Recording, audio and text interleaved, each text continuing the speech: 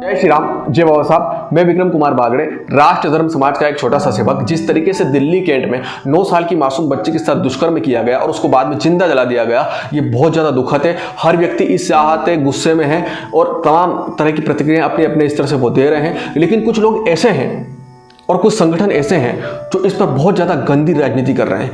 पक्ष विपक्ष की राजनीति हो वहाँ तक समझ में आता है, लेकिन कुछ लोग इसमें धर्म और जाति की राजनीति कर रहे हैं। वैसे तो हर बेटी, हर बहन, हर माँ एक ही है, उसको किसी जातिगत रूप में नहीं डाला जाना चाहिए। लेकिन कुछ लोग हैं जो महिलाओं को भी जाति के रूप में देख रहे हैं। जाति के आधार पर उनको न्याय मिलना चाहिए या नहीं मिलना चाहिए ये तय कर रहे हैं। और ऐसा ही कुछ दिल्ली कैंट में उस 9 साल की मासूम बच्ची के केस को लेकर हुआ।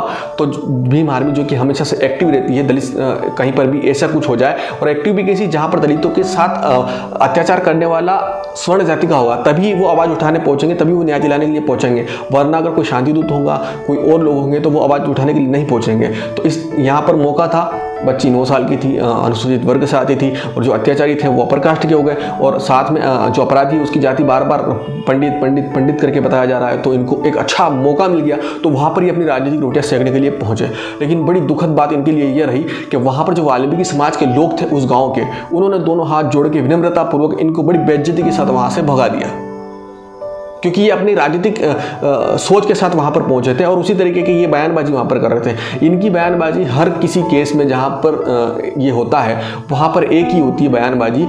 देखो तुम्हारे साथ ये पंडितों ने ये किया, ऊंची जात वालों ने ये किया, तुम इन भगवान को मानते हो, इनको मानने वालों ने ये किया। इस तरीके की धार्मिक बातों से ये लोगों को संबोधित करते हैं। और उनके मन में जहाँ पर मतलब उस परिवार की स्थिति क्या होगी, उस परिवार की मनोदशा क्या होगी, वहाँ के लोग उस घटना से किस तरीके से डील कर रहे होंगे, किस तरीके से लड़ रहे होंगे, और आप वहां जाकर इतनी ओछी राजनीति करो। तो इस राजनीति को अब लोग समझ गए हैं। सिर्फ दिल्ली कैंट के लोगों ने ही नहीं, कई जगह पर इनको ऐसे ही भगा दिया गया है, और समाज अब जाग रहा है और इनको हर जगह से भगाएगा। उस 9 साल की मासूम बच्ची के साथ गलत हुआ, उसको पूरा न्याय मिलना चाहिए। पूरा देश उसके साथ है और पूरा देश उसके लिए आवाज उठाएगा।